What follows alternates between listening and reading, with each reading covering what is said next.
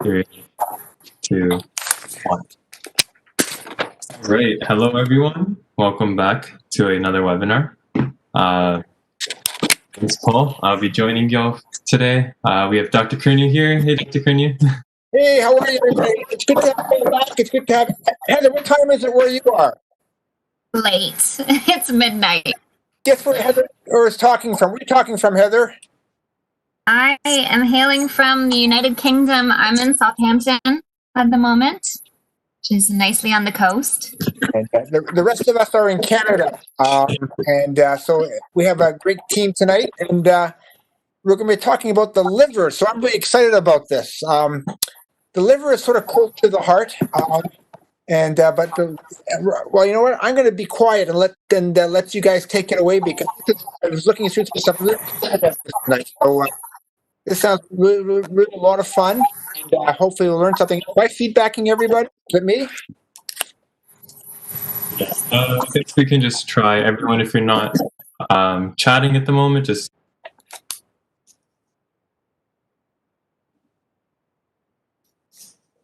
I think you're good, Dr. Kurnu.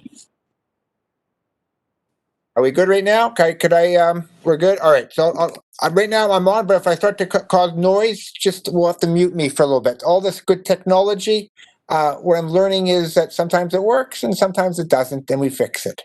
Well, let's hear about the liver. All right, so we'll be talking about liver disease today. Thank you all for joining us. We have a little special presentation. Heather came up with a fantastic idea. So Heather, if you want to take it away, feel free to start us off with our news broadcast. All right. Well, we've got some breaking news tonight. We have a liver that sustained some serious injuries, and we need to figure out what is going on. So we've called in the detectives. We've got a team of experts to help with the case and figure out get to the bottom of what has caused this liver injury and damage. So let's take a look at what we've got here. So we're gonna talk tonight, everyone, about liver disease. First, we're gonna go through who is our victim. Then we're going to talk about the crime rates and types of crime that happen to the liver. Then we're going to review some of our suspects, our possible culprits of the offense. And we'll look at what the findings were and what other victims might be associated to the liver. And then we're going to finish off with some nice crime prevention.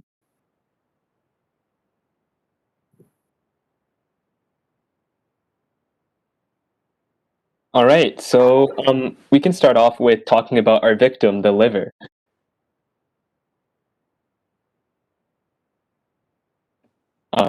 Next slide.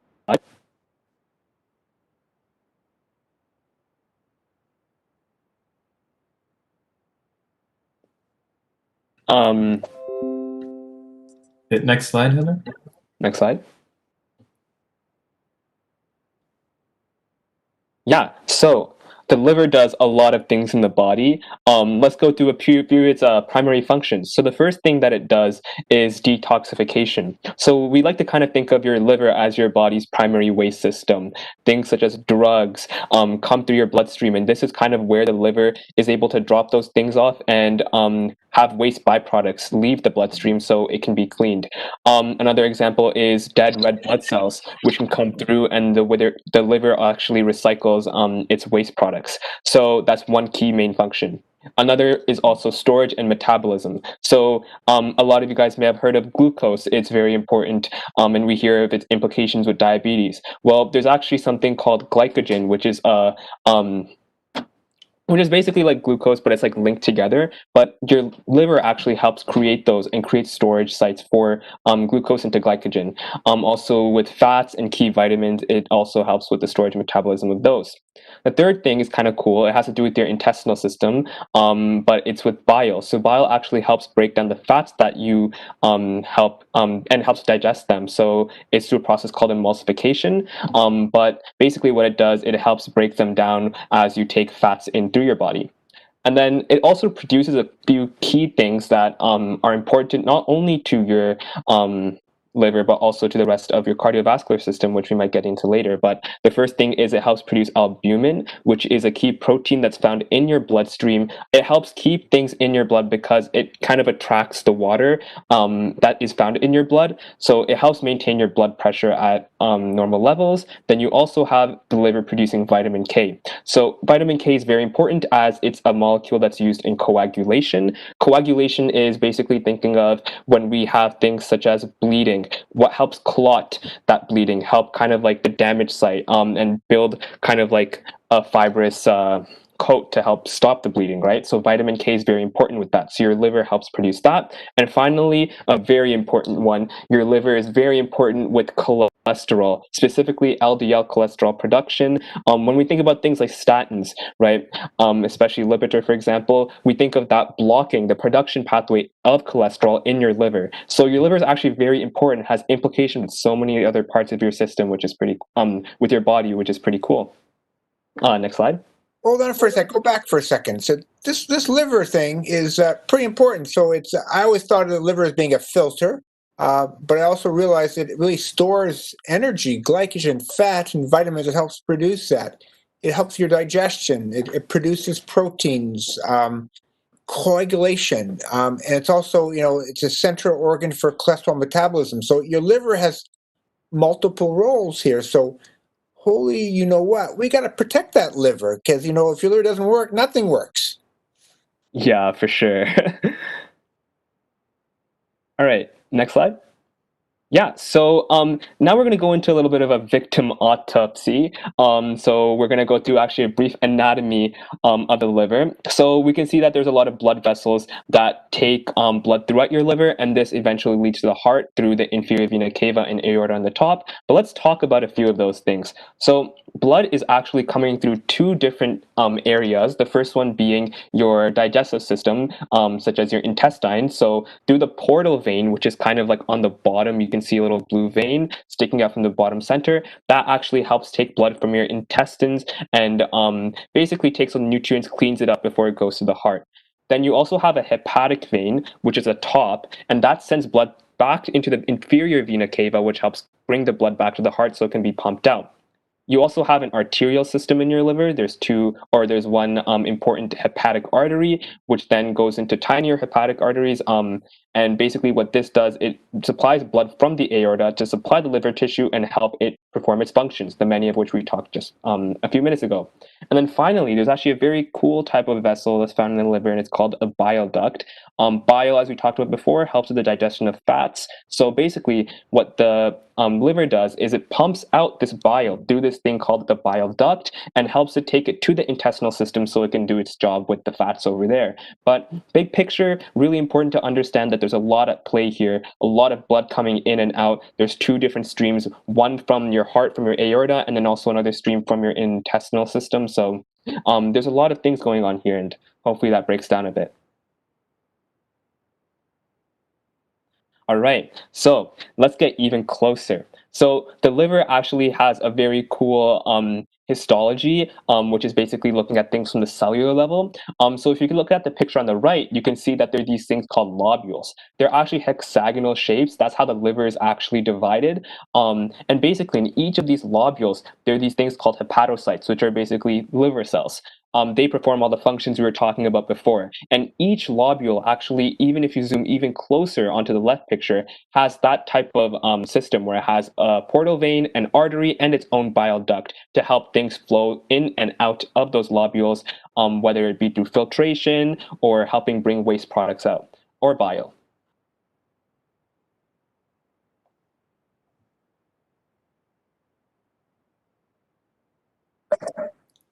Right, so a little update on our crime scene with what we've learned about the liver. We're also going to dive into, a little bit more of the vitals of the victim and start learning more of the victim or more of our liver. So the victim was found to be fibrotic, fatty, scarred, and unable to function as needed. So, Heather's going to take us into a little bit more information on the victim as well. Thank you, Paul. So let's get into the crime rates and types. You know what? Unfortunately, this is not a rare crime. Liver disease is Canada's 5th leading cause of death, and the rates are going up. The rates have gone up by 30% within 8 years. It's staggering. And it's estimated that 1 in 4 Canadians have chronic liver disease and are at risk of developing cirrhosis. Liver cancer is actually one of those few cancers that is on the rise. We're getting good at treating cancer, but we're unfortunately coming up short when it comes to liver cancer. Looking at what are the causes of this crime, who are our primary culprits that we usually see, 95% of liver disease is caused by 3 main culprits, and that's obesity, alcohol, and viral hepatitis. You can see those trends rising in the graph there. So Heather, what's the leading cause? If you had to pick of those 3 criminals there you mentioned there, we talked about the people being overweight, alcohol, or virus.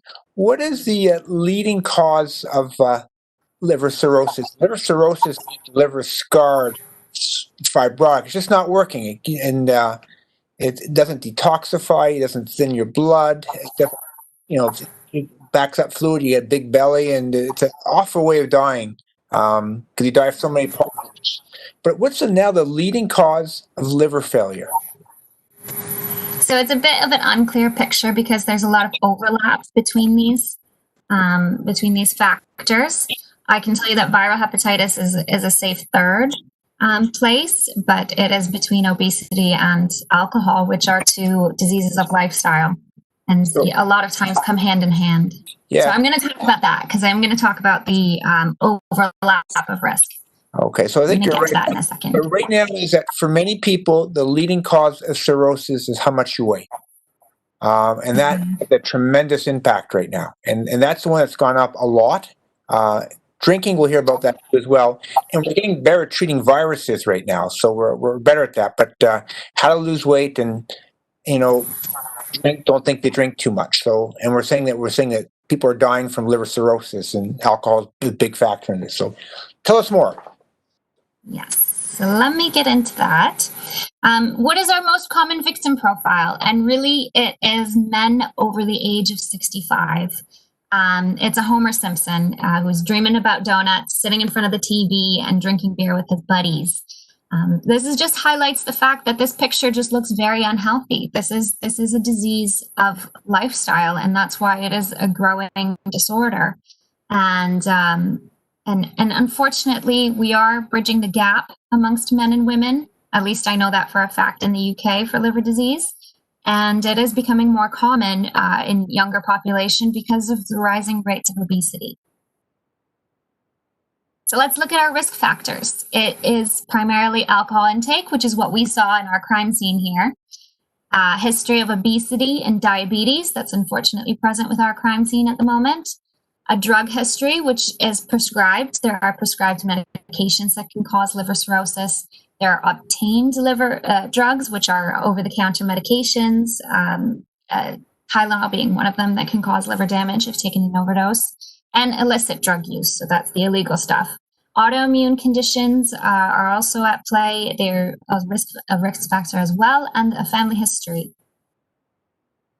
Now, this is getting back to that issue with obesity. So talking about the relative risk, I really like this diagram. So if we can all take a look at the graph here, you can see that the relative risk is a measure of your risk relative to another population group when you add in another risk factor. So looking at the growing risk factors, when you include alcohol and obesity, if you are overweight and you are drinking, you have just about a 10 times increased risk of dying from liver disease. And that is so much more. It's not just a perfect adding to and double your risk. No, it is 10 times more likely that you'll die from liver disease as opposed to the baseline risk. Now, obesity is the new epidemic. 25% of Canadians are obese, and fatty liver is found amongst 20% of obese individuals. And 80% of Canadians drink on a regular basis. So there you easily have your overlap. And the new epidemic of obesity is equally preventable. And of the 25% of our population now categorized as obese, most of them will have non-alcoholic fatty liver disease, which we will talk about later. and will go on to have inflammation, scarring, which will lead to cirrhosis. And of those patients, 5 to 10% will get liver cancer. And this is an increasing burden of liver disease added to the chronic viral hepatitis, which already exists in our population. And the same applies for chronic Hep B infections, which progresses eventually to cirrhosis and liver cancer. And the number of silently infected individuals is increasing every year as well. And we can't ignore the fact that health inequalities play a role. I couldn't find an equal diagram for Canada. It wasn't so nicely laid out as it is for the UK. But you can see the areas where you have the highest rates of total deaths due to chronic liver disease. And in the UK, those denser red areas also coincide with areas that we call in the UK areas of deprivation. So that's areas with a much lower socioeconomic class. I don't know what's going on with Scotland up there, though. I can't comment on that.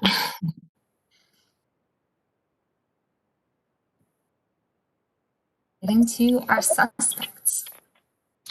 Yeah, so now we're going to be talking about possible suspects that can lead to chronic liver disease and liver damage long term. So one of the first ones that we're going to be talking about is an unwanted imposter, which is a common virus called hepatitis C. So this is a liver disease that is caused by the hepatitis C virus, and it's often the leading cause of progressive liver fibrosis. So that essentially means scarring of the liver, and that can result in liver cirrhosis, cancer, liver failure, and death. How hepatitis C is transmitted is through the blood. So it's a bloodborne virus, and it's commonly transmitted through the injection of drugs, inadequate sterilization, blood transfusions, and etc. Hepatitis C can also cause both acute and chronic infection. And what that essentially means is that acute will engage in a rapid onset of the disease. You'll usually experience symptoms, and eventually there is a resolution of the condition. Chronic infections generally last for a lifetime. And what makes this virus especially tricky is that early infections are usually asymptomatic, and that means that they're kind of difficult to diagnose if you don't really recognize any signs or symptoms. Hepatitis C also relates to the heart.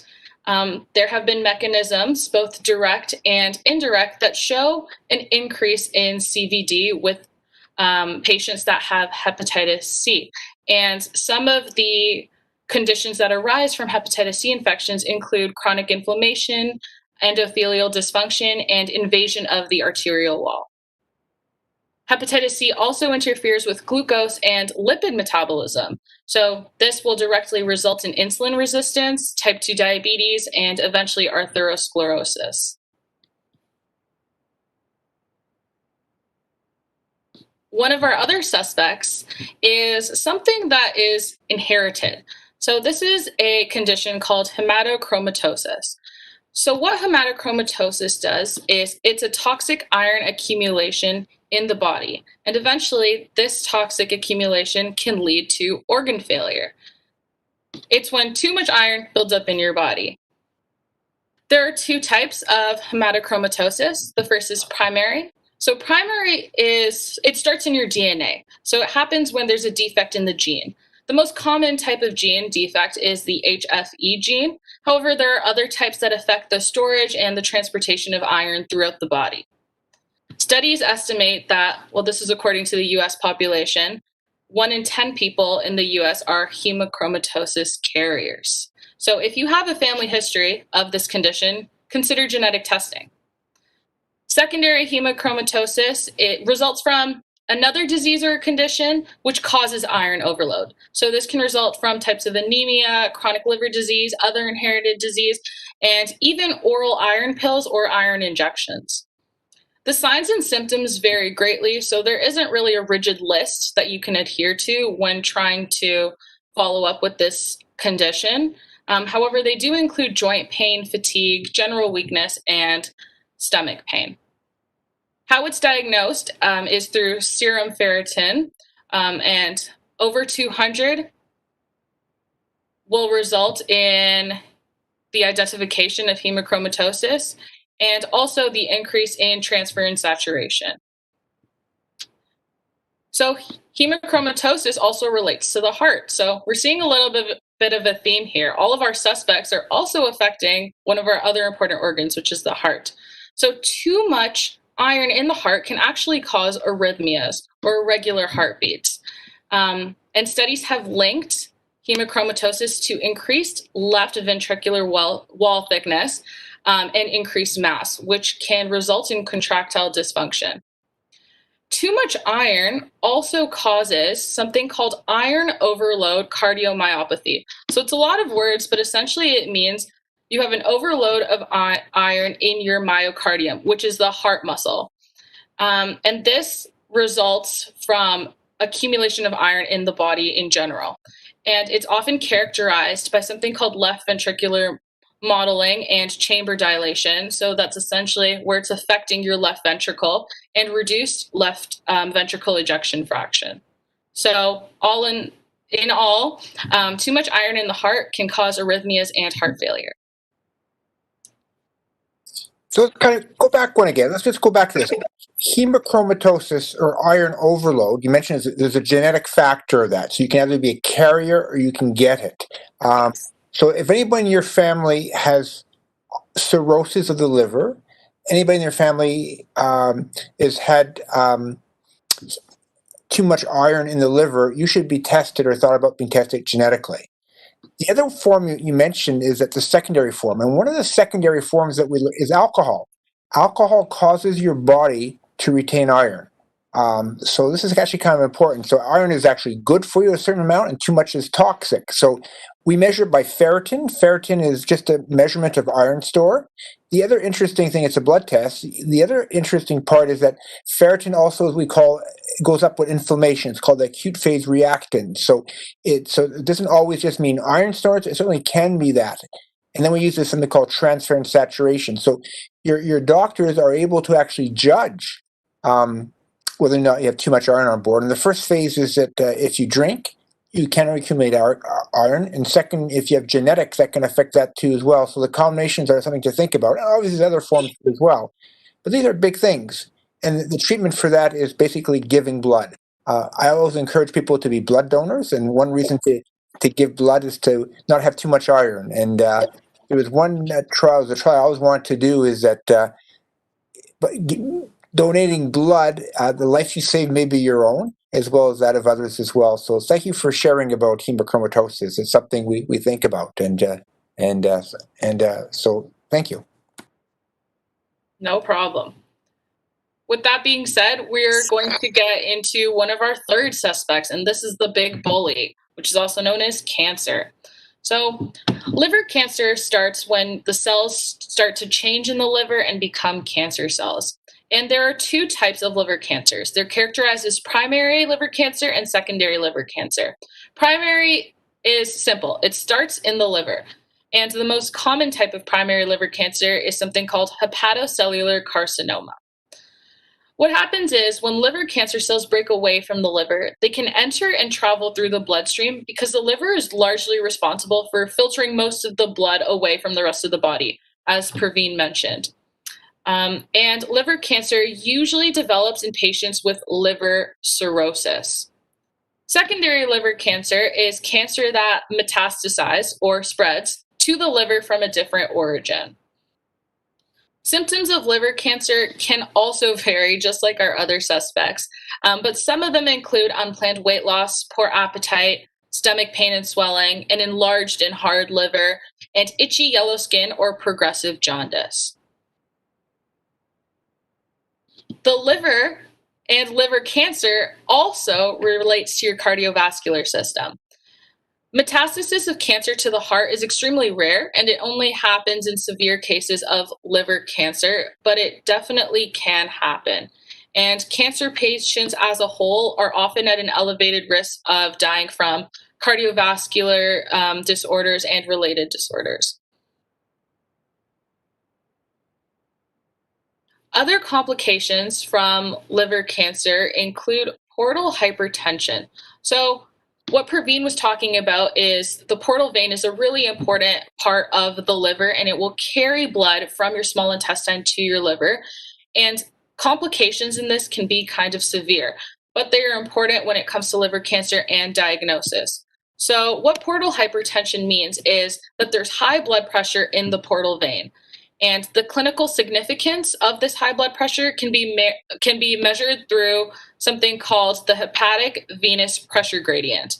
And if this is measured as higher than 10, that's when it's deemed clinically significant.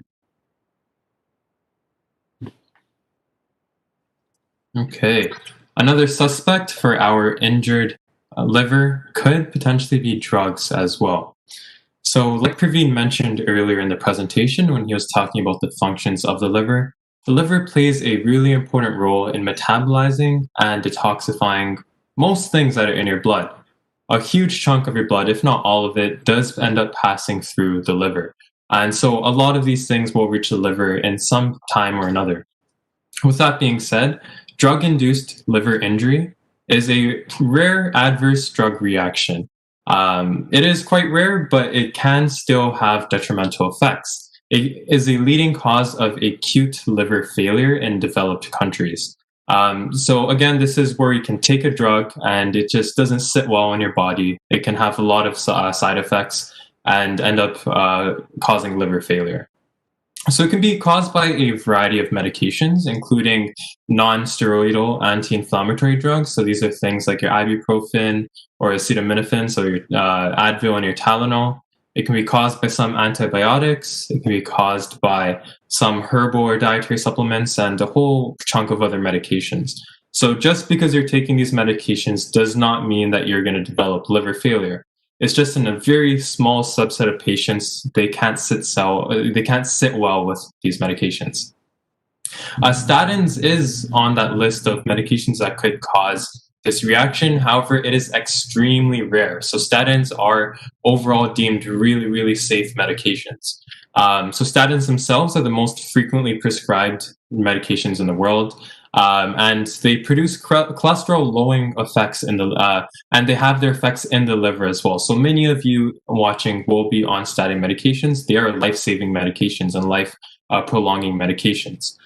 Some trials have found an elevation of ALT, which is liver enzyme, in about only 3% of patients taking statins, and a huge majority of these are not clinically significant.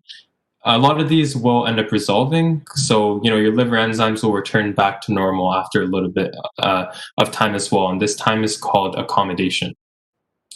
The actual drug-induced liver injury is very, very rare for patients taking statins. It's about 1 in 100,000 for patients taking statins, and actual liver failure is about 1 in 1 million. So some studies that tried to track these have only tracked upwards to 30 patients and hundreds of thousands of patients who have experienced this. Other types of illicit drugs can cause damage to the liver as well. Some common ones are heroin, morphine, inhalants, and appearance and performance enhancing steroids. Again, this is because all your blood does end up passing through the liver, and these things can have detrimental effects there too. So let's go back one more a little bit over here. So we're saying liver failure is on the rise. And so the numbers I remember, if you take a low dose of a statin, where you get where ALT greater than 100 on 2 consecutive readings, at low dose it's about 0.1%. At high dose statin therapy, 2 to 3%. There's only case reports of liver failure from statin therapy. And I've never seen a case related to that. But the medications that you worry about is how much Tylenol, acetaminophen you're taking. Are you taking how much naproxen, ibuprofen that you're taking? And what herbal preparations are you taking that are not that well regulated? These are things to talk about. So it's really important that you always give your physicians the complete list and be honest about what you're doing. So the number one toxin right now is your weight and alcohol. And those are things that we can think about. And so some of the medications that you mentioned are life-saving, rarely cause a problem, but we look at that. And thanks so much for sharing those numbers there. So 1 in a million that you can get liver cirrhosis from statin therapy. I think that number is even actually way too high, but still, 1 in a million. I don't think I've seen a million patients yet. So let's see if I accomplish that in a lifetime. I'm not sure how long I have to work for. I'm planning to retire at 100 there, so I don't know the maths right now. But let me figure how long before I see a million patients. Okay. Now, we did touch on non-alcoholic fatty liver disease earlier as well, and this is actually the most common cause of chronic liver disease in the world. I know Heather touched on earlier the fact that a lot of the time this overlaps with alcoholic liver disease, and we are going to look at alcohol in itself in just a little bit too. Obviously, a lot of the patients who are experiencing NAFLD, I'll call it, or non-alcoholic fatty liver disease, are also the types of patients who are a lot of the time chronic alcohol drinkers as well. Essentially, non-alcoholic fatty liver disease is a disease characterized by the accumulation of fat into the liver. The reason why we specify non-alcoholic at the beginning is because alcohol also causes accumulation of fat in the liver. So this disease is when you have fat accumulating there without the alcohol involved. It's usually caused by lifestyle factors. Like I mentioned, it's the most common chronic liver disease in the world, affecting approximately 20 to 30% of the entire general population, estimated affecting 50 to 90% of patients with obesity and diabetes as well. And so there are milder and severe stages. So Heather later in this presentation is going to talk us through the stages of cirrhosis. However, one thing that I really want to emphasize is a lot of patients with non-alcoholic fatty liver disease also share many risk factors for cardiovascular disease as well. So that's lack of physical activity. There is, smoking is a huge risk factor. You can have obesity, high cholesterol and high triglycerides, and type 2 diabetes as well. So if you have non-alcoholic fatty liver disease, you probably already have or at high risk for cardiovascular disease, and vice versa as well. Patients with non-alcoholic fatty liver disease were actually found to be at higher risk for cardiovascular-related morbidity and mortality. So when comparing patients with and without non-alcoholic fatty liver disease, 60% of patients with this disease also had cardiovascular disease compared to 12.7% without, and 6.7% of women with this disease also had cardiovascular disease as well. So as you can see, a lot of the patients who are suffering with liver disease might also be suffering cardiovascular disease. A lot who are suffering with cardiovascular disease might also be suffering with liver disease. So with that being said, we explored some possible suspects of our case and the crime. So now we're going to take a look at who our culprit was for the liver damage that we saw earlier today in that breaking news report. So even though non-alcoholic fatty liver disease is the most common cause, we're going to focus a little bit on alcohol because we found in this one liver that we saw, alcohol was the one that dealt the damage. So alcohol, did we suspect it? Who would have known? There's one really big study, the Global Burden of Disease 2016, estimated that approximately 33% of the global population drinks alcohol. That's, if you were to extrapolate the number, it's estimated 2.4 billion people drink alcohol around the world. That's including 25% of women who consume an average of 0.73 drinks a day, and 39% of men who consume an average of 1.7 drinks a day. So that's the average man drinks about 1.7 drinks every single day of the year. Obviously, you're going to have days with more, days with less as well. However, it's important to keep in mind that, we have a lot of people in the world who drink alcohol. It also accounts for 2.8 million deaths per year. And so it's related to 4% of deaths in women and 12% of deaths in men aged 15 to 49. And in men and women aged 50 plus, it's related to 27% of death in women and 19% of death in men. It is the leading causes of death related to alcohol are cancer and infectious disease. But with that being said, alcohol can still play a large role in many other diseases as well. So if you just head on over to the next slide there, Heather. Alcohol is a master of disguise. It has a huge role in so many diseases that we don't even think about at first glance. So we're going to explore a little bit of liver disease today. Heather is going to take us through cirrhosis. However, alcohol is hugely involved in cancers. Alcohol is a type 1 carcinogen, meaning it is directly involved in the formation of cancer. Specifically, you'll see huge involvements of alcohol in esophageal cancer, breast cancer, larynx, liver, and nasal oral cavity cancer as well. Alcohol is also involved in cardiovascular disease. It can play a role in hypertension or high blood pressure, as well as atrial fibrillation. We're going to explore a little bit of that relationship in later on this presentation. And you also see alcohol is involved in so many other disorders and problems below, including stroke, infections, as well as social and mental health disorders. So what actually happens when you drink alcohol? So when you actually consume alcohol, it's absorbed through the stomach and the intestine. So most food we know ends up being absorbed through the intestine. Alcohol can be absorbed through a mix of both the stomach and the intestine. Now, Praveen earlier today told us and walked us through a brief anatomy lesson. We learned that the liver has a huge chunk of blood flow, and it's going to metabolize and detoxify almost all things that are in our blood. This includes alcohol too. However, alcohol can only detoxify the liver can only detoxify a certain amount of alcohol at once, and that means that the rest of the alcohol is going to continue circulating throughout the body. This is how your alcohol is able to affect your brain, your heart, your muscles, etc., and lead to the sensations or the feelings of being drunk, because the excess alcohol reaches the brain, it diffuses in.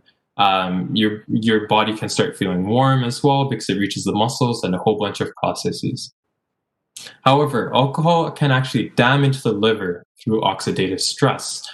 So through the formation of reactive oxygen species, which is essentially toxic materials that can accumulate in the liver, alcohol can directly damage the liver.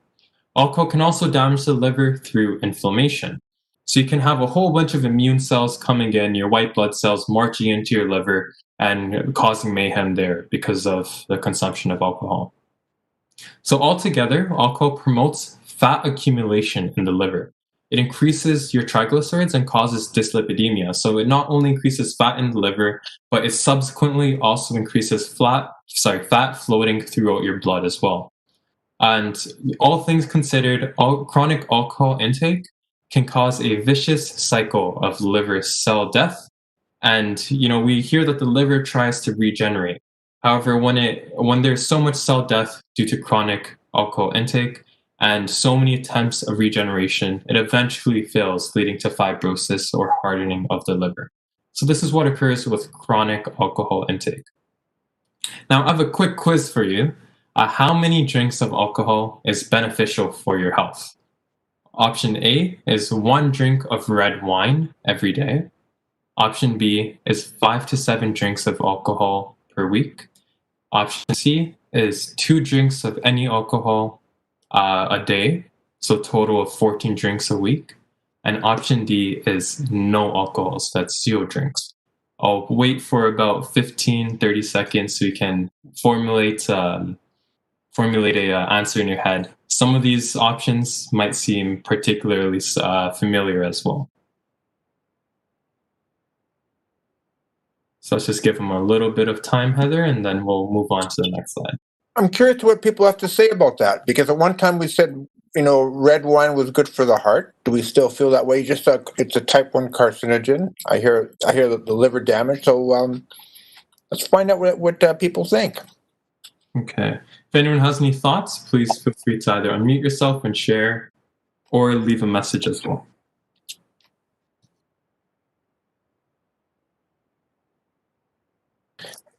So it's kind of interesting since COVID started in Canada. I think alcohol consumption has gone up by 30% and about 50% in Ontario. Some numbers I heard, and one of the things is that one of the essential services is beer stores and alcohol stores. Is that an essential service? Very interesting observation. Okay, so we got an answer from Jacob here and Robin, who are saying option D. Let's see how their answer holds up.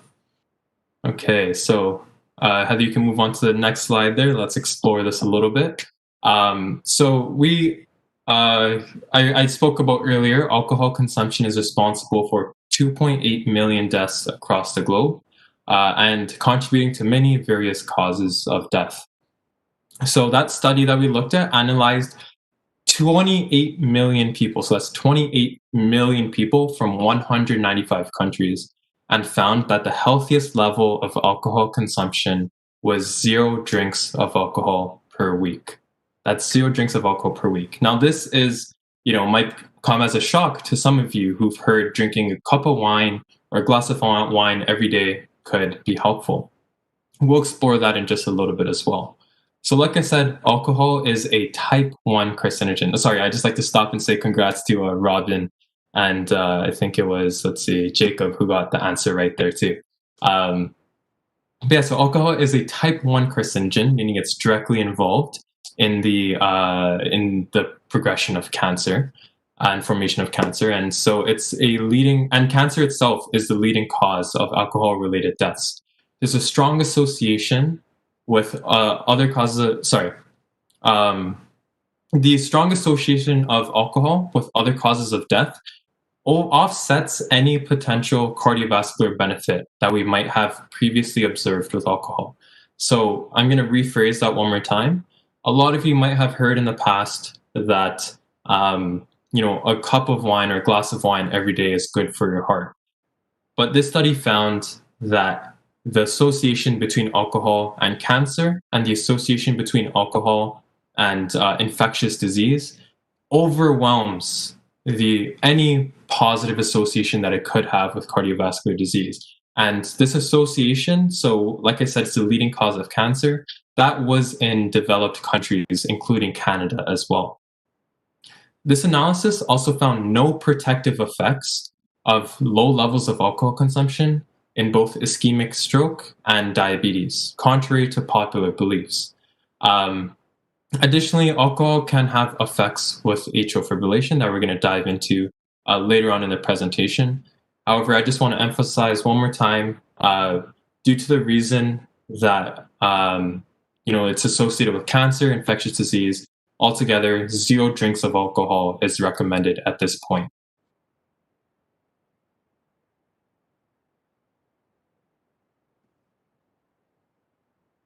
And all right, so let's put our detective caps back on and let's think about what this looks like. What does liver disease look like? If it'll change. So there are 3 changes that happen in the liver. And the liver is a really amazing organ. It's very good at regenerating. And I'm going to tell you guys a funny story about how good the liver is at regenerating. But these are the findings. This is what it looks like. These are the clues that we look for when we're piecing together the puzzle. So steatohepatitis is a fatty deposition that occurs in the liver, and it's also immune-mediated damage that will follow the fatty depositions. Your liver is your filter. It's the filter for the food that you digest. Your portal vein actually brings blood from your gut through your liver, where things are processed, your proteins are broken down, your fats, your triglycerides are created, your glycogen is broken down into glucose. It does so much to keep our nutrients in check. And sometimes when you put so much fat through your system in your diet, it starts to accumulate in your liver. It's more than it can handle. So that's where you get your steatohepatitic changes. Fibrosis is what occurs with that injury. Injury comes from alcohol, from drugs, from toxins, and fibrosis is a dense tissue. So while it's regenerating, it puts down a harder tissue, which ends up making it a tougher organ, and that's not really helpful for blood flow, if you can imagine, if the pipes are getting really hard. Cirrhosis is that eventual dense tissue formation, as well as nodular regeneration. So you've got these bumps that regenerate on top of the liver. You can actually visualize that on imaging. So this is the timeline, and I think it's really important to think about it like a timeline, because it's rarely just an acute single injury to your liver that causes this damage. It's a chronic picture. It's a constant little insult and injury happening over time. Just to talk about how robust and tough your liver is, you can see it goes from a normal liver to an absolutely cirrhotic liver through the process of fibrosis, fiber, if you can think about that word. That's kind of what's happening to your liver. There's this crazy story in the UK. Since I'm here, I might as well talk about the UK, where we had a liver surgeon who would actually mark his initials on the livers of his patients after he was done surgery. And he got away with it for a very long time, because what happens is that the liver actually heals and you will not see those initials anymore. There was one patient who, after his operation, had gone for an ultrasound within, I can't remember what's the timeline of how quickly it heals, but it was too close within his surgery. And you could actually see the initials on ultrasound. And that's what alerted the college to investigate further. And he got a fine. He's still doing surgery, but he paid his dues for that. And he felt like an artist, I think, when he signed his initials on those livers that he properly treated. Apparently he's a very good surgeon. So I want to get back to, I know we're kind of repeating this message about what are the causes of liver damage, but it helps us put our thinking caps on to how we can prevent this crime from occurring. So you've got the alcoholic steatohepatitis, your non-alcoholic steatohepatitis. That's more related to your diet, your obesity, that really takes a toll on your liver. Biliary disease, so that's when you've got gallstones. You see that a lot with pregnant women. Metabolic disorders, high triglyceride levels, usually due to your diet. And type 2 diabetes, also disease of lifestyle. That's a prevailing theme here. Drugs and toxins play a role. Corticosteroids can cause liver changes, amiodarone. There's a whole bunch of drugs that actually can do a lot of things to your liver over time. But that's why doctors use these drugs sparingly. So if your doctor prescribed it, it's because he knows you need it, he or she. So this is what it looks like, the healthy liver versus the cirrhotic liver. That's the liver you don't want right there on your right or left. You can tell which one you don't want. So you've got that nodular change, those bumps on the exterior. You can see the fatty depositions. If you look down there, you see those big white globules. You've got fatty depositions happening in your liver, and it doesn't have that beautiful pink spotted glow in the histological diagram that you can see next to that healthy looking liver that we all want and desire. There are natural changes that occur with age. Fatty depositions are kind of unavoidable, but you want to ameliorate your outcomes by moderating your lifestyle. And that's really what it means to age with grace, right? You can't avoid aging. So these are the ways that we investigate as doctor detectives. We look at different factors in your blood, and there's a bunch of other tests that can be done as well. And these blood tests are kind of selected and governed by the functions of the liver, and it's mostly that it processes proteins. That's a really important role in the liver. And proteins are really important for fluid balance, because they help when they're in correct levels in our blood. They help fluid stay in our blood so that we don't get swollen. And that's one of the effects that you'll see. I'm going to talk about something called ascites, which happens when your proteins are out of whack. So bilirubin will give you an indication that there is some sort of liver problem that might be happening, but it doesn't only happen with liver issues. It can be something that happens before or after the liver, but it is something that's measured, and that's the reason you turn yellow with acute liver injury. And if you see a patient who is jaundiced due to alcohol-induced liver failure, you'll see their eyes, the white part of their eyes will actually just be bright yellow. It's very weird. Alanine transaminase, so that's ALT, and that's an enzyme that breaks down and it's released into the blood when your liver is injured. It's kind of like troponins in the blood when your heart is injured. It's the same idea. So you will see an ALT rise. Your alkaline phosphatase is another really important enzyme that comes from your liver, but it can also come from your gut and it can also come from your bones. So if you have an ALP elevation, don't think it's only your liver. Let your doctors look at it. Clotting factors are really important, and that comes back to vitamin K, the metabolism of vitamin K. So when that stops happening, when your vitamin K is poorly metabolized, it's kind of like you're on warfarin and your clotting factors decline. So you can actually, you bleed a lot easier. I'm going to say things in simple terms because it's getting late here. Other investigations that your doctor will order are viral serologies, and that's because they're going to look to see if you have hepatitis A, hepatitis B, or hepatitis C, which is you can be asymptomatic with hepatitis C for a very long time. And it's not just a disease of IV drug users. It's really anybody can have it and anybody can spread it. So it's important to get tested if you think you've been exposed in any way. Ferritin levels, and that's getting back to that hemochromatosis, looking at the ferritin levels to see if you have an iron overload. Ceruloplasmin, and that's usually only done if you're below the age of 40 years old and you have liver damage, and that tells us about how your copper is being carried around your body. And if you have any sort of disorder of copper depositions, which is called Wilson's disease, it's quite rare, but sometimes it's screened for, especially if you're seeing a hepatologist. Autoimmune markers are important to check to see if you've got an autoimmune condition that's damaging your liver. And then ultimately a liver biopsy will be conducted after an ultrasound. And that would only be done if you see an ultrasound like this one on the side here. You can see that the border of the liver is actually supposed to be quite smooth. It's supposed to be a really nice, smooth liver border. It's actually something we're supposed to be able to palpate as medical students, or at least pretend like we are doing that.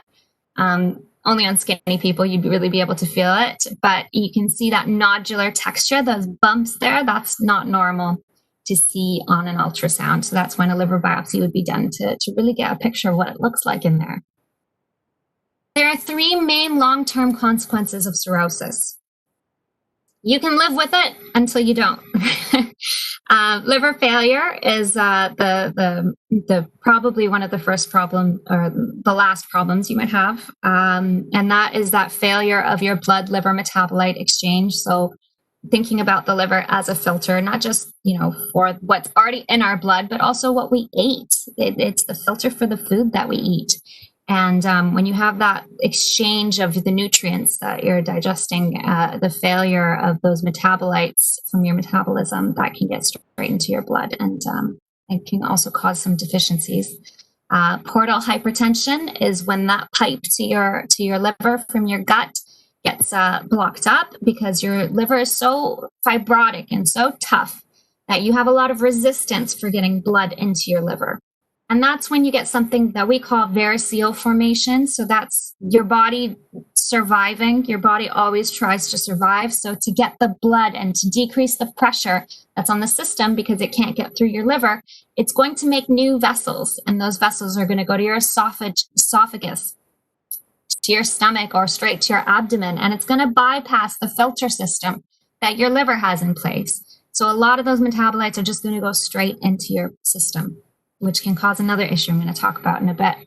Ascites is that bloating. I'm going to show you a picture. So when you get that, it's kind of caused by a mix of the portal hypertension as well as that reduced oncotic pressure. Oncotic pressure is a pressure to keep fluid in your blood, and that pressure is born of the proteins that are meant to be in your blood. So when you have that protein deficiency not happening, then water starts to escape and it actually starts to accumulate in your abdomen. It's also mixed with a retention of salt and water, and that's caused by the renal dysfunction. That's also related in this whole thing.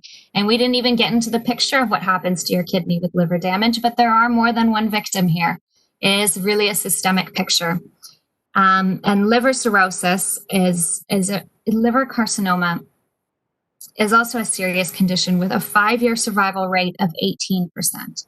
So people who are diagnosed with hepatocellular carcinoma only 18% of them live within 5 years. It is terminal.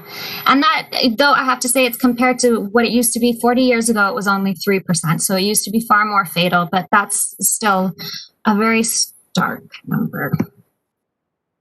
And this is the picture. This is the timeline that that your doctors will see with liver cirrhosis. You'll start with your raised ALT. You'll start to present with jaundice. Then you'll start getting those clotting disorders where you'll see changes in your INR. Encephalopathy is when you start to get cognitive changes, and you start to lose your sense of reality because it starts to affect your brain. Your metabolites are entering your blood system. There's something called urea and ammonia, and those are meant to be filtered by your liver. If your liver's not working, they can accumulate to toxic levels, and then that starts to mess with your head, literally, and then you die. But this is the clinical picture that we get. And it's really broad, and it lends to the fact that this is really a systemic problem.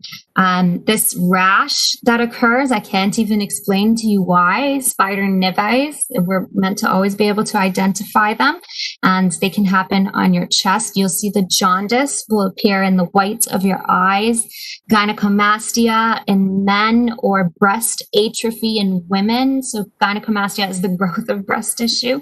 And then you have the opposite that happens in women. Splenomegaly can occur, which also results in clotting disorders. Dilated, you'll notice this bulging bump from your belly button area, and that's the dilated vessels that are happening as a part of that portal hypertension picture, where your body is just trying to survive. You'll see changes on your hands where you'll have a palmar erythema, that's a redness on the palms of your hands, as well as clubbing, which is just a classic sign of so many things going wrong or nothing at all, as well as edema. So that's that swelling in your legs, but it happens with the issues of not having enough protein in your blood. And when you don't have the right amounts of protein in your blood, water tends to escape out of the blood and goes into surrounding tissues. And changes in your skin pigmentation and loss of hair. You look sick. That's what happens. And these are the major consequences of decompensated cirrhosis. You can die. You can see this picture on the side here, which is that variceal development. So that blue pipe there, that is your portal vein. And what's happening is that your body is creating these extra veins, which are leading to your stomach and leading to your esophagus and leading to your abdomen wall. That big belly down below, that's ascites. So that's when the fluid has escaped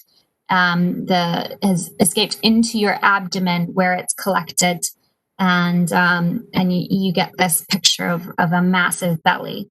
Hepatic encephalopathy can really it changes the cognitive ability of your patient. That test on the side there, you can see a patient was asked to draw a star, and that's what he drew.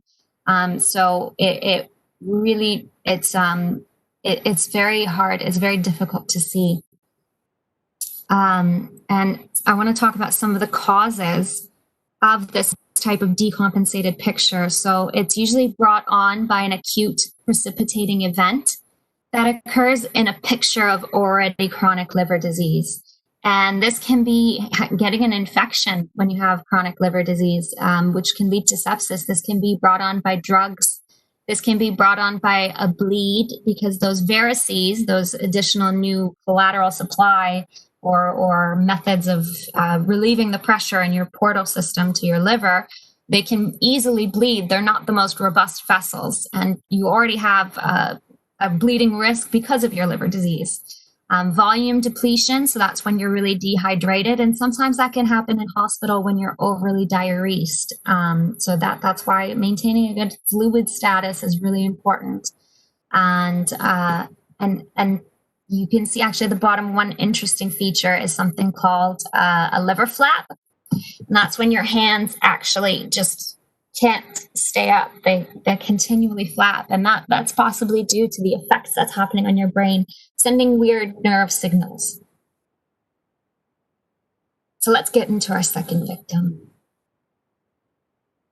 Okay, well, thank you for that very in-depth look at the effects of cirrhosis. So we can see it's not a very pleasant disease. Overall, it's sort of a long-term chronic decompensation, and there's a lot that you can do leading up to that to hopefully avoid and prevent getting to that stage. And Heather, thankfully, is going to talk about prevention a little bit later today. I'm just going to briefly interject because we found on the crime scene that there was another victim involved, and that's the heart as well. So you might be wondering, how did the heart get involved? You might have heard from Dia, myself, and Heather earlier today. There's a lot of processes. When it affects the liver, it is also going to affect the heart too. Turns out that some liver diseases and a lot of heart diseases share many risk factors. For example, and Heather, you can just hit that, non-alcoholic fatty liver disease, like I mentioned earlier, and cardiovascular disease share a lot of important factors like lack of physical activity, smoking, high cholesterol and high triglycerides, and type 2 diabetes. Alcohol is able to contribute to both cardiovascular disease and liver disease. So we saw that our main culprit earlier today was alcohol. So let's take a look at what effect alcohol can have in cardiovascular disease. So specific to the heart, alcohol can lead to high blood pressure. It can lead to heart failure. It can lead to stroke. And it can also lead to cardiomyopathy, which, if you remember what Dia told us earlier, that's a disease involving the muscles of the heart.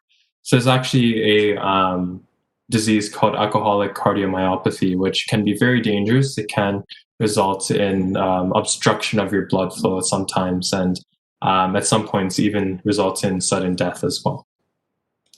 So we talked earlier, I showed you that the standard now is recommending 0 cups or 0 drinks of alcohol a day. So you might be wondering, what happened to the traditional saying, you have your 1 drink of wine every day? So there was, like I said earlier, some evidence that little alcohol intake can be beneficial for the heart. But if you recall the study we looked at earlier today, found that low levels of alcohol had no protective effects in ischemic stroke and diabetes. And additionally, the study found that the harm that alcohol did, particularly with cancer and infectious disease, outweighed any potential positive cardiovascular effects that alcohol had. And I just wanted to drill this one point home before we did continue on. That's because you'll find a lot of patients are sort of at disbelief when you tell them that the current recommendation is no alcohol. They'll hear that and they'll still think that, this is excluding their 1 drink of wine. No, unfortunately, this is including that 1 drink of wine. With that being said, everyone is, a lot of people will have their casual cup of alcohol at a family dinner, or, a cup of wine every now and then. It's not to say, you can't have any alcohol for the rest of your life, but it's no longer recommended to be having that 1 drink of red wine. Next, we're going to look at something called atrial fibrillation. So atrial fibrillation is essentially an arrhythmia, so an irregular heart rhythm, where the top of your heart is sort of, it's like fibrillating. It's like contracting a million ways all at once. And it doesn't allow for a good, nice, smooth flow of blood. Now, there's a study called the Alcohol Atrial Fibrillation, or Alcohol AF study. And it's a randomized controlled trial. So if you recall, or if you've watched the video that we've done on our YouTube channel about evidence of scientific research, you'll know that randomized controlled trials are the highest quality scientific research. So unfortunately, there was only 140 patients, and that's because there was a lot of patients, about 500 patients who were reluctant to try or give abstinence a shot for the study. But they took 140 patients with atrial fibrillation. These patients had been previously drinking 16 drinks per week on average, so some more, some less. And they randomized these patients to 2 groups. 70 patients were randomized to an abstinence group, and these patients were asked to cut out alcohol. Of this group, 60% were able to cut out alcohol altogether. About 70% were able to limit it to below 2 drinks per day or per week. And I believe it was 80 to 90% were able to drastically cut down their alcohol intake by over 70%. The control group was allowed to continue as they were doing prior. So they were still averaging by the end of the study about 13 drinks per day. Altogether, you can see that there is some pretty big differences between, you can just head back there, Heather. You can see there's some pretty big differences between the two groups. So recurrence of atrial fibrillation, you can see 20% of patients had less recurrence of atrial fibrillation in those who abstained from alcohol compared to those who continued drinking alcohol. Atrial fibrillation burden, or AF burden, is another important measure. It sort of detects your median time, or how much time you were in atrial fibrillation in the past 6 months. And you can see there's a drastic difference, about 70% drop between the control group and the abstinence group. So the control group, about 1.2, or they're on average over the past 6 months, about in atrial fibrillation for 1.2% of the time compared to 0.5% of the time in the abstinence group. So you can see there's a huge difference, more than double percent of the time in the control group who were continuing to drink alcohol. Similarly, atrial fibrillation related hospitalizations were more than double in the control group than the abstinence group. So all these things coming together, you can see that abstinence from alcohol has a significant effect on the recurrence of atrial fibrillation. It actually increased the amount of time before they even experienced another episode of atrial fibrillation altogether. So, Paul, this is huge. Let's go back to that one more time. Is that so? We talked about atrial fibrillation. What happens right now is that it could be permanent, always in atrial fibrillation, or it could be intermittent. So these individuals had their atrial fibrillation that was intermittent. So all of a sudden their heart just starts to race, and it can be very scary for some people. Some people can't feel it at all. But you saw a dramatic reduction in, if you look at the recurrence rates that you can detect clinically, 73% down to 53%, requiring hospitalization down from 10 to 20%, and the burden you say. So you can get rid of over a third of atrial fibrillation, even up to 2/3, depending on how you look at it. And if we often give medications for this is how good the medications are. The other thing that we learned is that overweight, unfortunately, and high blood pressure damages different organs, including the liver. And so what we're doing right now is that when we treat atrial fibrillation, we're giving blood thinners to prevent stroke, which has a bleeding risk. We're giving medications to prevent atrial fibrillation. And we're also doing things like ablation. But if you go to the core basics of this, is the small chambers in the heart are got increased pressure and volume. They're getting scarred and fibrotic. And this is actually really important. We go back and treat the root cause. One of the root causes is alcohol. One of the root causes is blood pressure. One of the root causes is lack of exercise or too much exercise. One of the root causes is being overweight. So these are the ways to actually help the heart heal. And we're talking about how to heal the liver. So, and this is actually level 1 evidence, randomized control trials. Yeah. This is important. And I also want to just jump in for a little bit. There's a question from Jacob regarding the fact that an average of 14 drinks seems incredibly high. I do want to remind you that the average male drinks about 1.7 drinks of alcohol a day, which in itself, the average would come to about 12 drinks a week. And this group does drink slightly more than the average male. But with that being said, it's a randomized control trial. So that drinking, or the amount of alcohol they drank at baseline, was equalized between the two groups. And we saw that abstinence from alcohol still produced these effects too. So this actually trial went after the people who drank a lot. They weren't looking for the small amounts. So they purposely went for people who drank lots of alcohol. So that's what the trial looked at. So it didn't look at the small amounts of alcohol. This were people who drank a lot. And a lot was defining as 16 drinks per week. For some people, 2 drinks a day is okay. 2 drinks a day is okay if you want to have, health problems. And remember, you said that alcohol is a type 1 carcinogen, so is cyanide is a type 1 carcinogen as well. And so So this is the reality that we now face right now. So we have to backtrack, 10 years ago, and I probably think that alcohol is a blood thinner. Alcohol does improve the HDL cholesterol, but alcohol does all these other things too as well. And right now, is atrial fibrillation is a big problem as you get older in life. And these people were big time drinkers, and these people already had intermittent atrial fibrillation. And there's now trial data looking at to treat the root causes. This is one of the root causes of atrial fibrillation. Go ahead there, Paul. And I guess on the similar note, so regarding the drinks per day, if you just head to the next slide there has been a lot of observational studies looking at the incidence or even the first time atrial fibrillation occurs. So unfortunately, I wasn't able to find any reliable randomized control trials. I'm not sure if they're out there looking at incidence of atrial fibrillation, but there was the randomized trial for the recurrence of atrial fibrillation.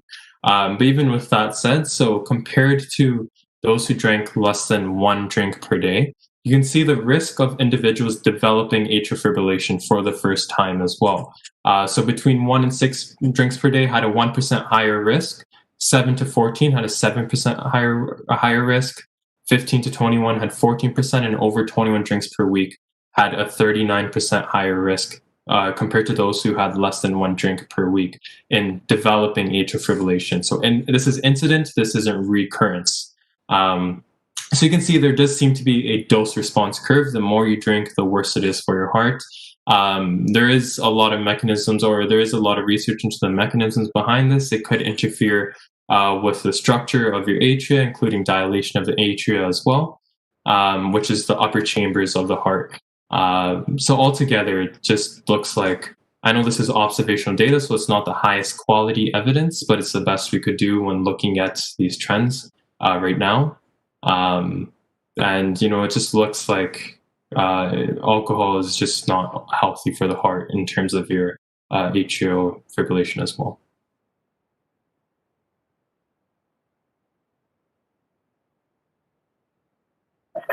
All right, so this is a very important part of our talk, and For 2 seconds, just go back 1 slide again. There's one other trial that we didn't put to you, is that there was a randomized controlled trial looking at alcohol and changes in the heart structure. So the electrical properties of the heart and the amount of scarring and fibrosis. You mentioned a scarred liver, fibrotic liver. We also know that alcohol scars the atrium as well. And that's been demonstrated in a randomized controlled trial about reducing alcohol or keeping the same amount of alcohol consumption.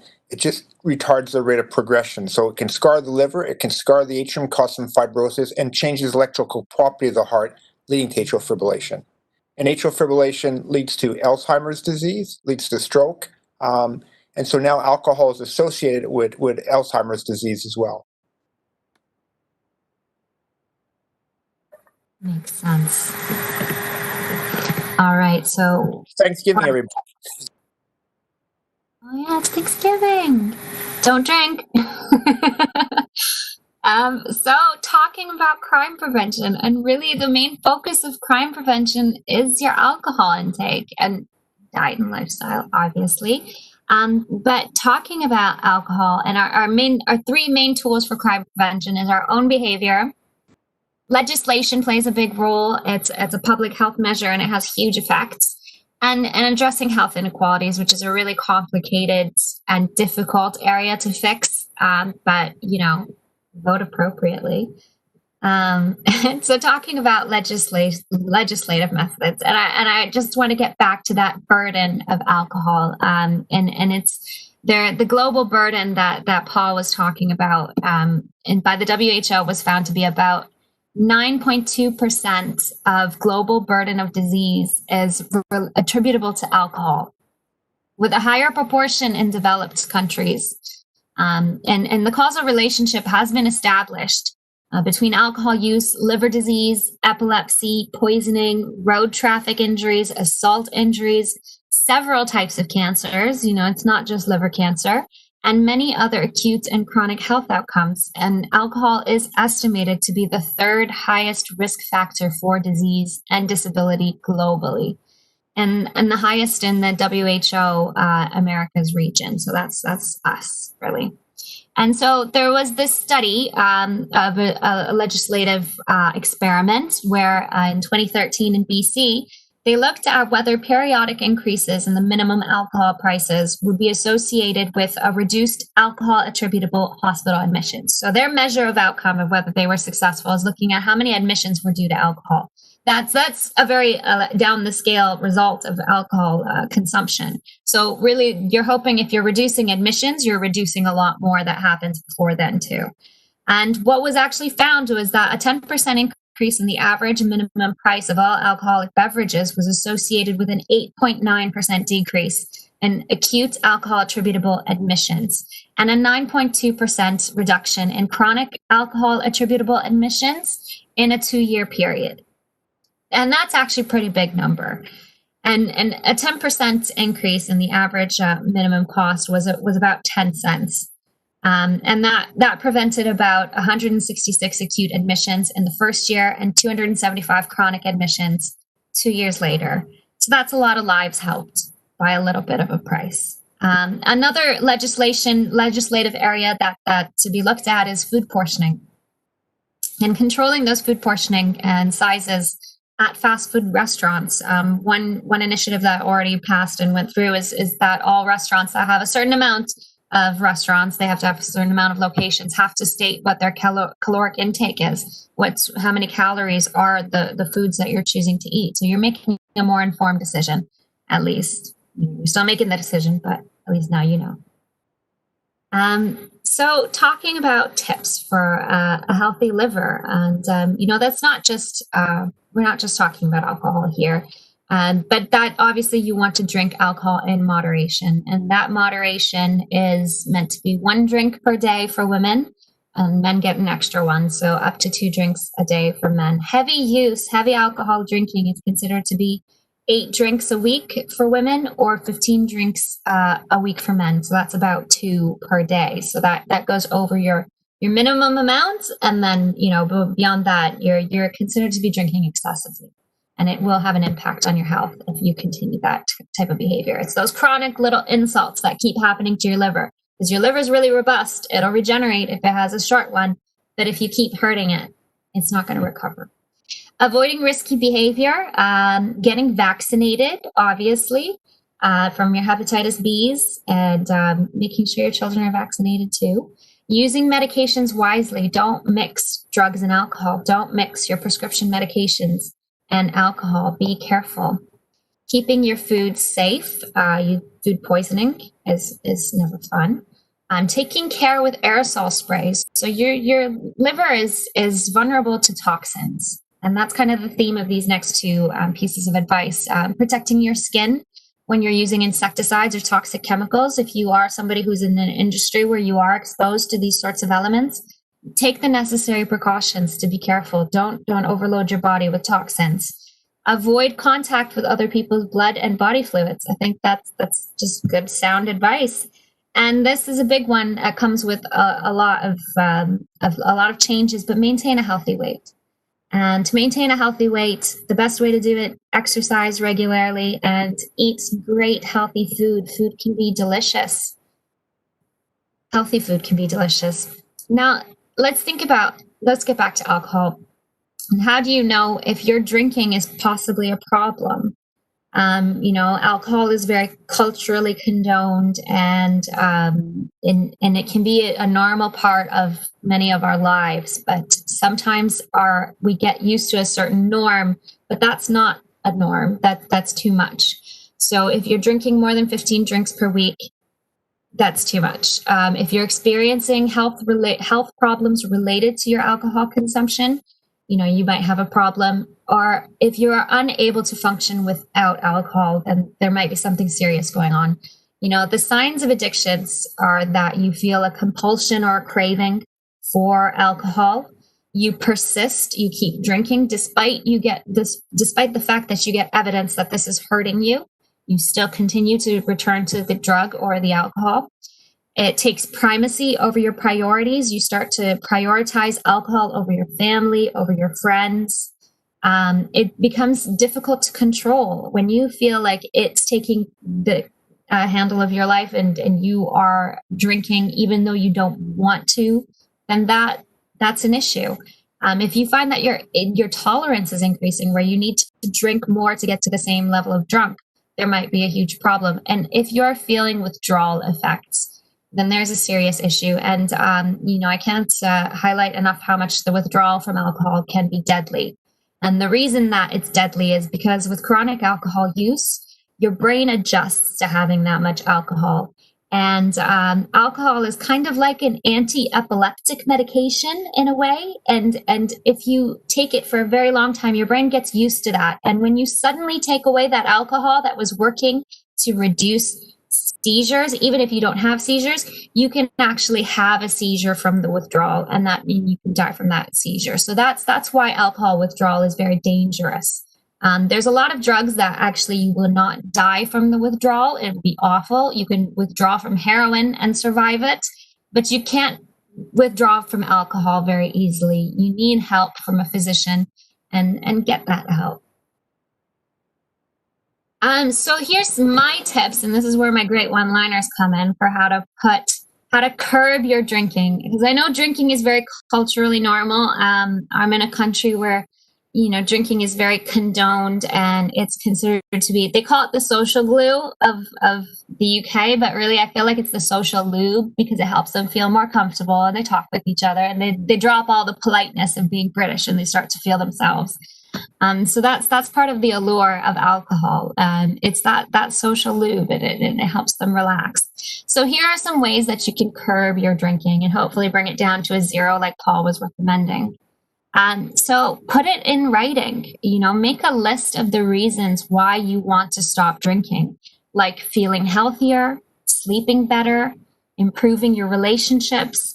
There's lots of reasons why you could benefit from reducing your alcohol intake. And if you write it down, it means so much more than just thinking it in your head.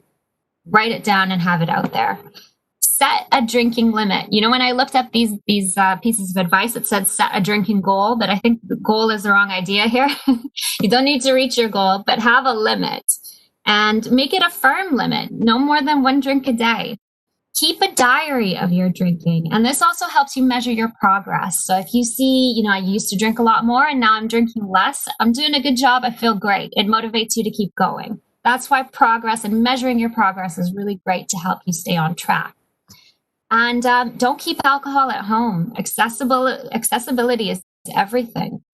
Restrict your alcohol intake to social gatherings when you're with somebody else, somewhere else, not just at home alone, because, there's a pandemic. Doesn't mean we have to be drunk. And drink slowly, sip, don't swallow. Just take little sips, taste it, enjoy the flavor. And choose alcohol-free days. I think this is probably really important with the pandemic, where our days kind of like blend if you're at home all the time, but have days of the week, at least 2 days of the week, where you just don't drink anything. And that will reduce your alcohol intake by 20%. Let's say if you decrease 2 days of the week, that's significant. So that will do you some good. And that also, it decreases your caloric intake, because alcohol is empty calories. So that's part of the reason why it makes us bigger. And it contributes to that obesity, which then contributes to our risk factors for liver, and it all feeds into each other, unfortunately. And watch for peer pressure. Politely say no. Stay away from those people who encourage you to drink. They're not friends. They're mean. If you don't want to drink, let them know and be open with them. And if they have a problem with it, then maybe you should let them go too with the alcohol. And keep busy. Exercise with Dr. Carnew. There's plenty of things to do. You can get a new hobby. You can distract your time, because time you spend doing something else is time you don't spend drinking or focusing on drinking or feeling bored. I think a lot of the compulsion with addictions is that you have moments where you feel bored, so you go for a cigarette. You have moments where you feel bored, so you just want to drink something. Try to distract yourself from that boredom. Realize that boredom is a trigger. Ask for help. Support exists. You don't have to go through it alone. Nobody has to be alone. There's plenty of loneliness out there, and if we can cure that too, I think that will do a good deed for the world. Replacing your habits, trying different drinks. You know, in Canada, there's lots of grocery stores that have food from all over the world. You can travel with your tongue since we can't travel by plane at the moment, and you can try a drink from anywhere around the world as something to give you something to be excited about. Staying clear from temptation. Usually there are those places that you'll associate with where you like to drink or that person you like to drink with. And if you stay away from those triggers, then you avoid the urges. And then you don't have to fight the urge until you feel really ready and over it. And be persistent, because the only time you fail is when you stop trying. You know, if you keep trying, you're not failing. You're just trying. That's a part of the process. Learning is an awkward process. Getting over an addiction is an awkward process. There's going to be bumps and ups and downs, but as long as you keep going, you're going to get there. It's just a matter of being persistent.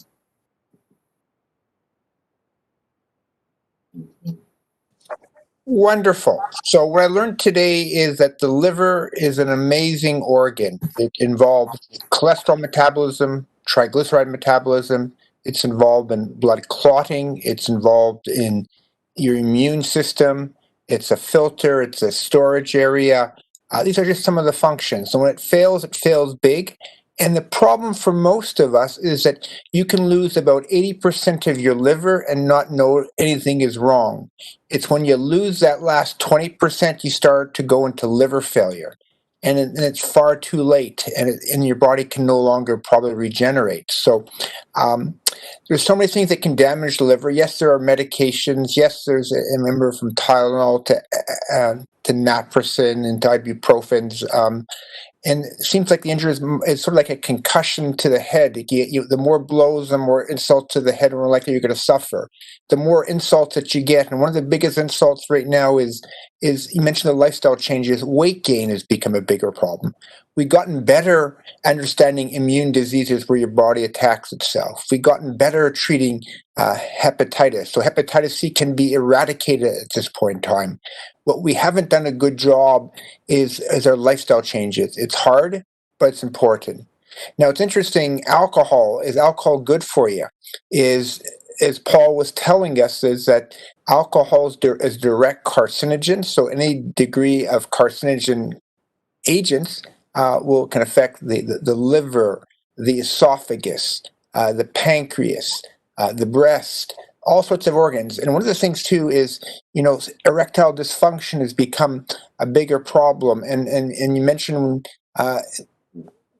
males that get a liver failure have small testes, and their organ system doesn't work.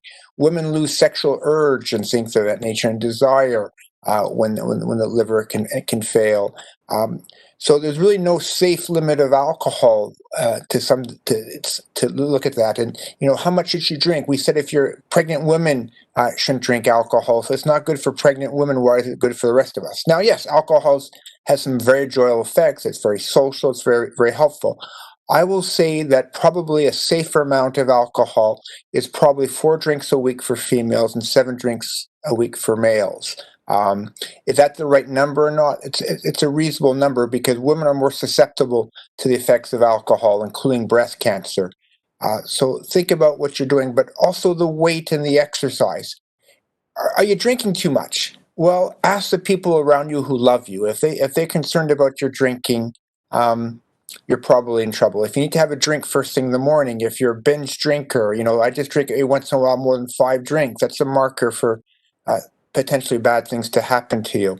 And so I'm not saying you can't drink, but we're drinking far too much as a society, and we've accepted the norm is to drink too much. The norm is to not exercise. The norm is to blame every life situation. I had too much stress, too much anxiety. I got it. But you know what?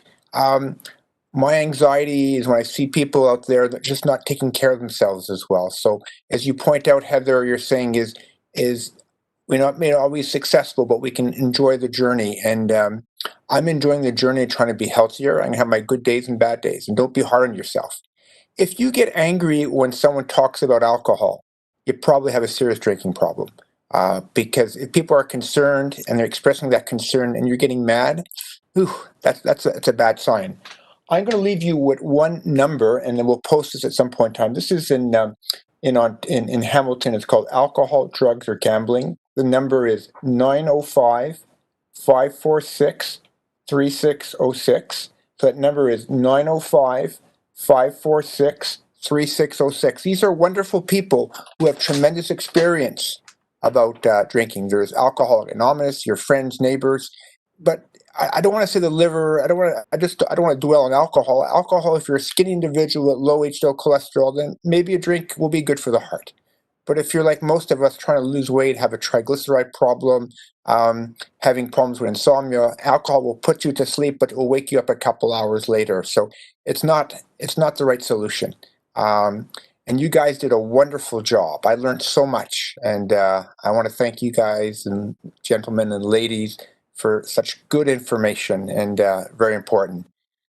What else would you like to say about this? Because I thought it was wonderful.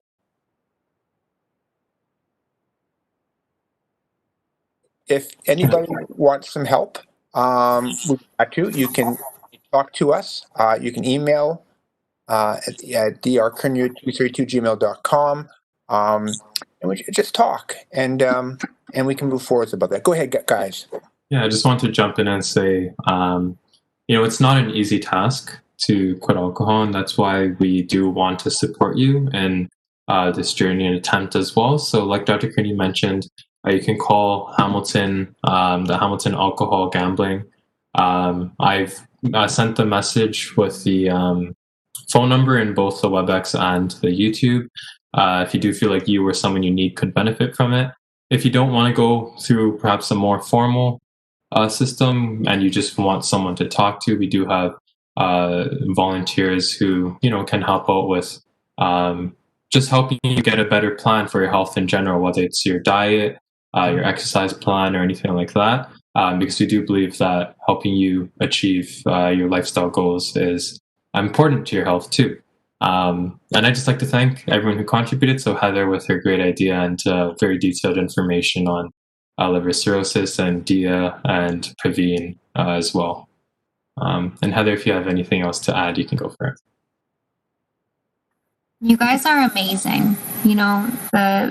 The team makes the dream work. If teamwork makes the dream work, that's what people say, because I think these slides were so beautiful. And I hope everyone understood what I was saying, even though it's quite late here, so sometimes my sentences get jumbled. But I'm glad we solved this crime, guys. Good job.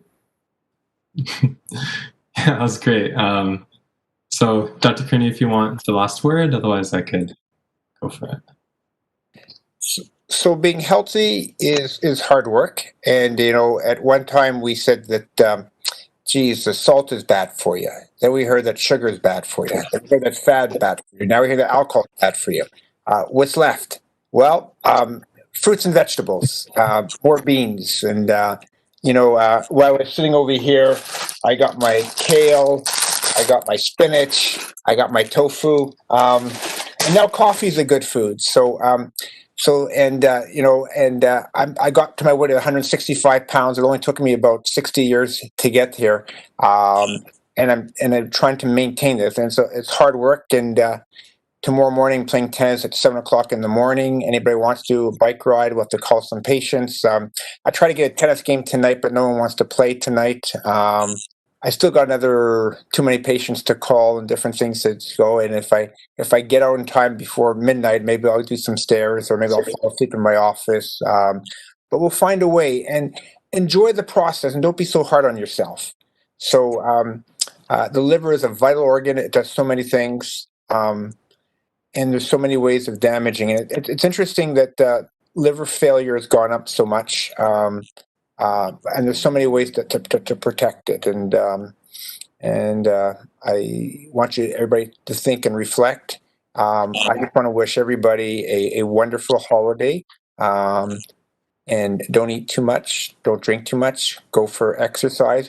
But I'm not saying you should not drink alcohol together. If you enjoy alcohol, if you enjoy a chocolate bar, if you enjoy, your body can detoxify to some degree. It's just chronic abuse of the system, and realizing the effects, and they go together. So I'm going to work hard to be healthier. Will I always make it? No. I promise to never be on time, but to try to solve as many problems as I can. And I want to wish everybody happy Thanksgiving. Be safe, be healthy, and I look forward to our next encounter. I want to thank the entire team. Wonderful. Thank you so much.